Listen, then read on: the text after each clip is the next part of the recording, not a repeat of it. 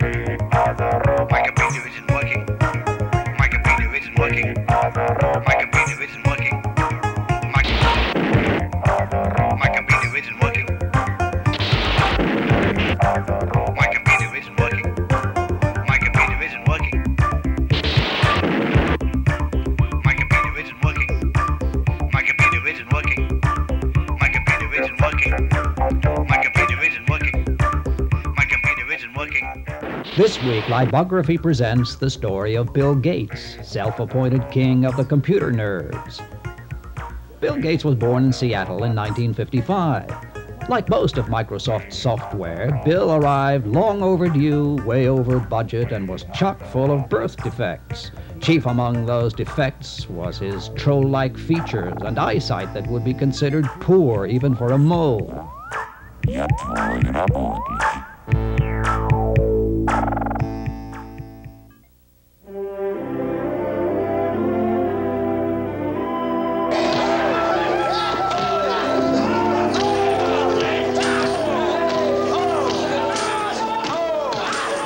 Gates' household was a loving and extremely wealthy one, and despite his shortcomings, the young Gates was instilled with an overbearing sense of privilege and ruthless outlook on life.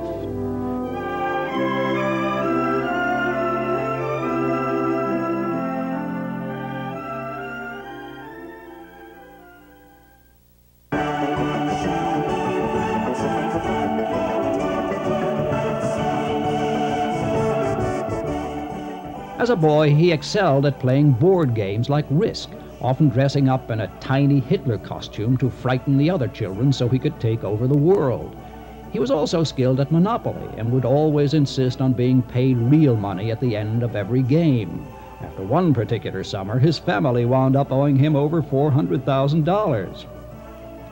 At an early age, Bill was obsessed with the idea of inventing machines to do the work of routine human tasks. Using his Monopoly money as startup capital, Bill invented the very first vibrator.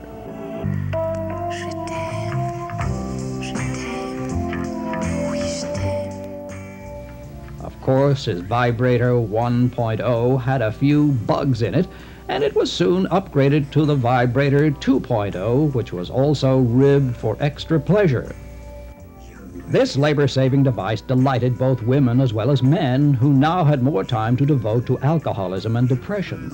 The device sold so well around Seattle that Bill's Boy Scout troop awarded him a merit badge for erotic sex toys. I wish I was a spaceman, the fastest guy alive. I'd fly you around the universe. When the World's Fair came to Seattle in 1962, the Gates family were the first online every day. Though his parents dragged him to the Gerber Baby Food of the Future Expo and the DuPont Pavilion called 58 Flavors of Death, the young Bill was most impressed by GE's science exhibit. There, for the first time, he saw the wonders and possibilities of the computer brain. To Jupiter, and maybe very soon.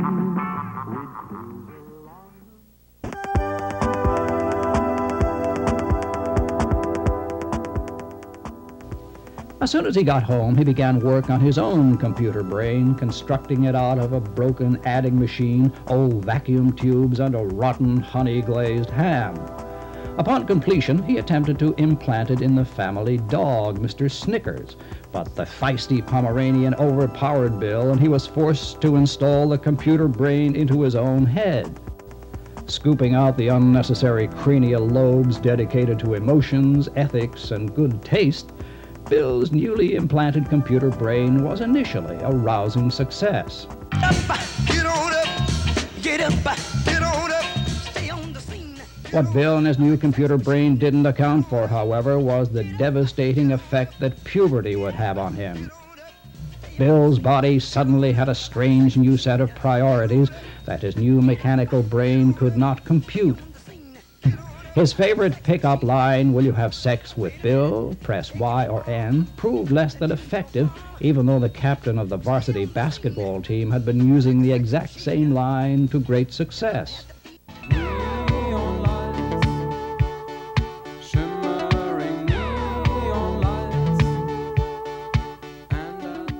The only thing that gave him joy, however, was his work with computers.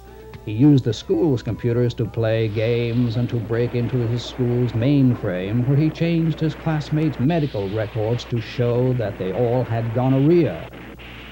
Unfortunately, it was this tampering with the school database that got him tossed out of high school in his senior year.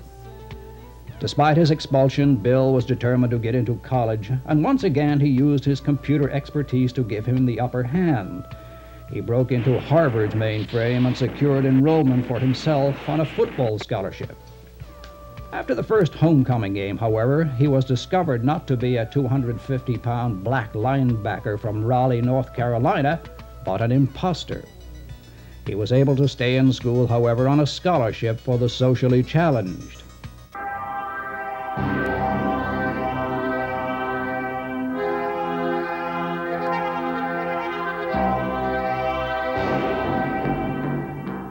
At Harvard, Bill was an exceptional student and was also known for being exceptionally competitive. When he heard that he only had the school's second highest GPA, Bill hired 2 thugs to mercilessly beat his rival within inches of his life. The crippled Stephen J. Hawking was forced to return home soon after, making Bill Gates the top dog. Academia was not in Bill's future for long, though. When the very first personal computer hit the market, Bill immediately sent away for one. Since the Altair 8800 was the size of approximately 40 double-decker buses and weighed over 700 tons, he was forced to buy this factory to house it.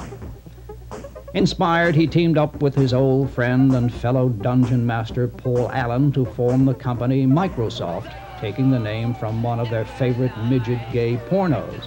Soon after, they landed a contract to develop an operating system for Altair. Bill and Paul Allen toiled away night and day for 9 weeks in the computer lab and ultimately were able to develop this business card. With only a week left to deliver the software, they feverishly hired a group of drunk frat brothers to quickly write a computer program called BASIC that was loosely based on one of their drinking games.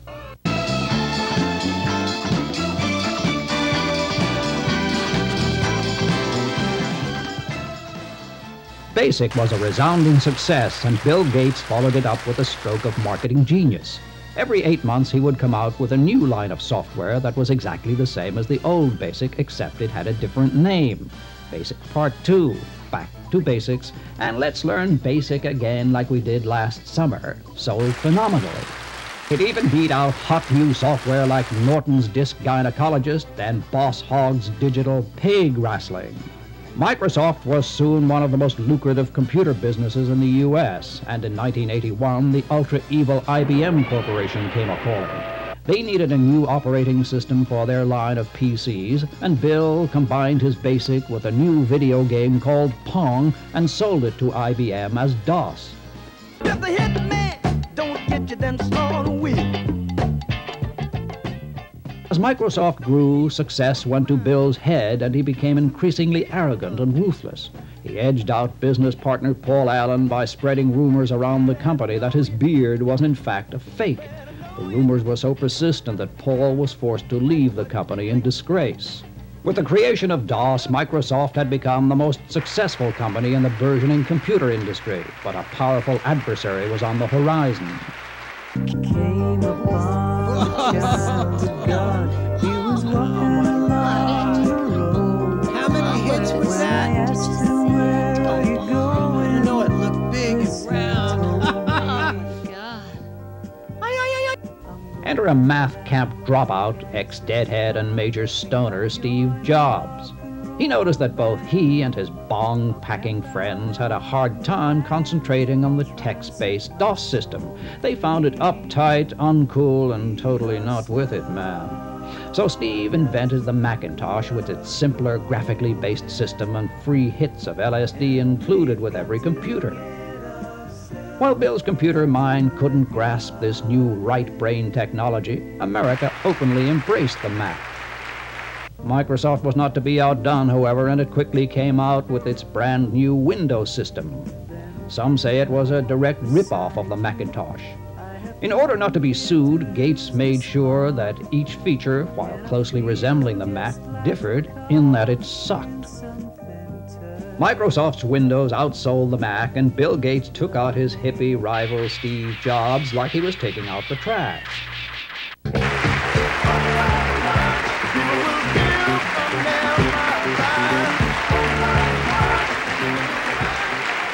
Microsoft was now poised to take advantage of the most lucrative and powerful field in the computer industry, internet porn. By doing so, Microsoft turned from $1 million company to $1 billion company overnight. Finally, Bill Gates became a champion of the little guy, or at least little guys with glasses who still live at home with their mother, by enabling these sexless nerds to look at naked women without ever having to leave their home computer. And with Microsoft's invention of the one-handed keyboard, Bill Gates became the undisputed god of the computer industry. A woman will sell her precious body. With his newfound billions, Gates started spending like a drunken sailor with a stolen credit card. He constructed this $45 million home on a plot of land he called Geek Island. He also spent extravagant sums of money to hire celebrities to do his menial tasks. He hired Steven Spielberg to come on his family trips to shoot his home movies. He paid Greg Louganis to be his pool boy, and he hired Stevie Wonder to cut his hair. Yet despite all of the money and all of the prestige, Bill's computer brain was still at a loss to explain the empty feeling he felt inside. So tired of being alone, I'm so tired of being alone. Won't you help me? Just as soon as you can. When a friend told him it was what humans call loneliness, Bill set out to find a compatible mate. He hacked into the federal government's DNA computer database and located Melinda French, who not only had the most perfectly compatible DNA strand, but also, coincidentally, was a direct descendant of Eva Braun. I've got to stop fooling around. A combination of romance, determination, and mind-controlling microchips convinced Melinda to marry Bill Gates in this ceremony in his mansion's jungle room by the world's first robotic priest. I feel good.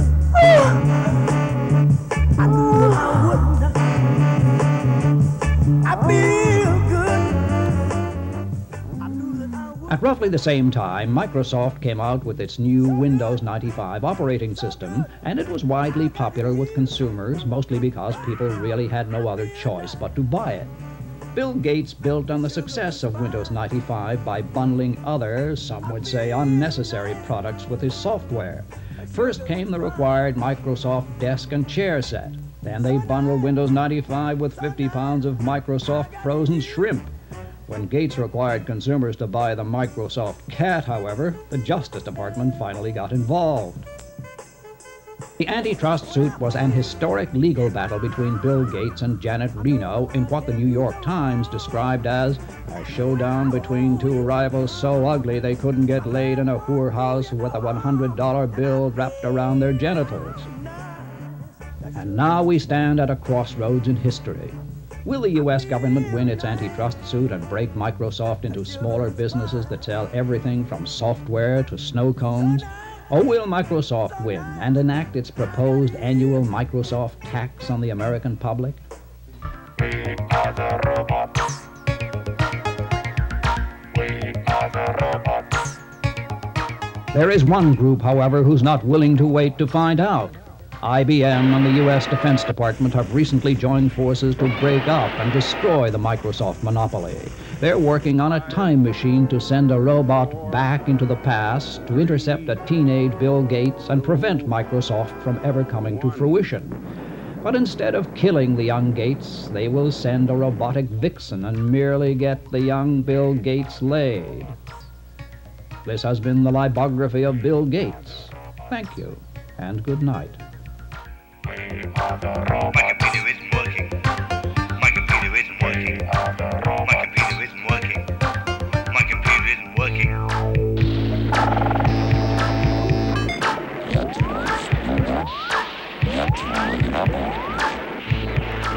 My computer isn't working. Genius. The will to do that.